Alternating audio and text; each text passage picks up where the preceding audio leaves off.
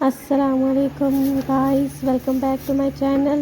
मैं आज आ चुकी हूँ आपके पास एक नई और वीडियो के साथ, जिसमें हम बनाएंगे पंजे। और पंजों की सफाई के लिए हम सबसे पहले एक बर्तन में पतीले में पानी लेंगे और उसको गर्म करेंगे। फिर एक साफ़ कपड़े के साथ गर्म किए हुए पंजे के ऊपर से जो जिल्द होती है वो हम उतार देंगे, ताकि पंजे साफ़ सुथरे होकर नहायत ही खूबसूरत तरीके से पक जाएं।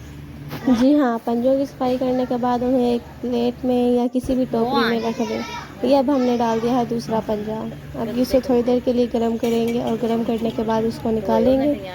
फिर एक साफ़ कपड़े के साथ और वही प्रोसेस हम दोबारा रिपीट करेंगे। इसी तरह हम अपने पंजों को साफ़ कर लेंगे और नहायत ही आला तरीके से हम फिर इनको पकाएंगे। नहीं सही ना होते आजमाने बनते हैं कुछ हो लेते नहीं है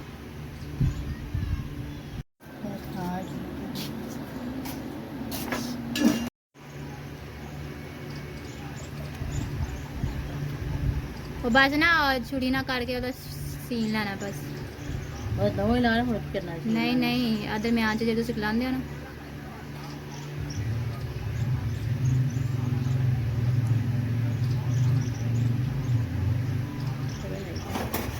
किसी किसी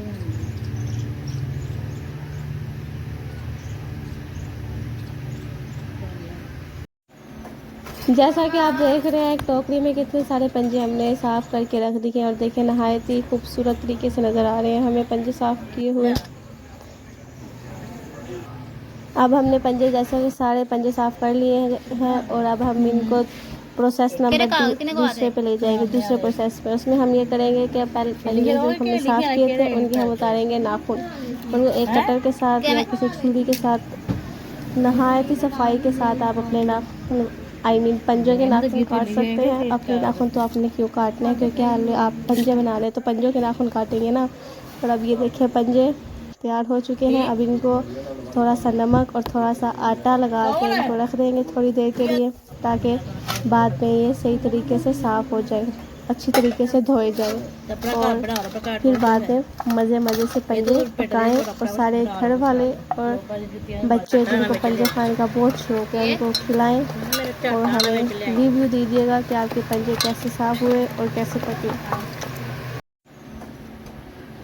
अच्छा जी, अब हम मिलेंगे आपको अगली वीडियो में, जिसमें हम इस पंजों को पकाने की पूरी रेसिपी आपके साथ शेयर करेंगे।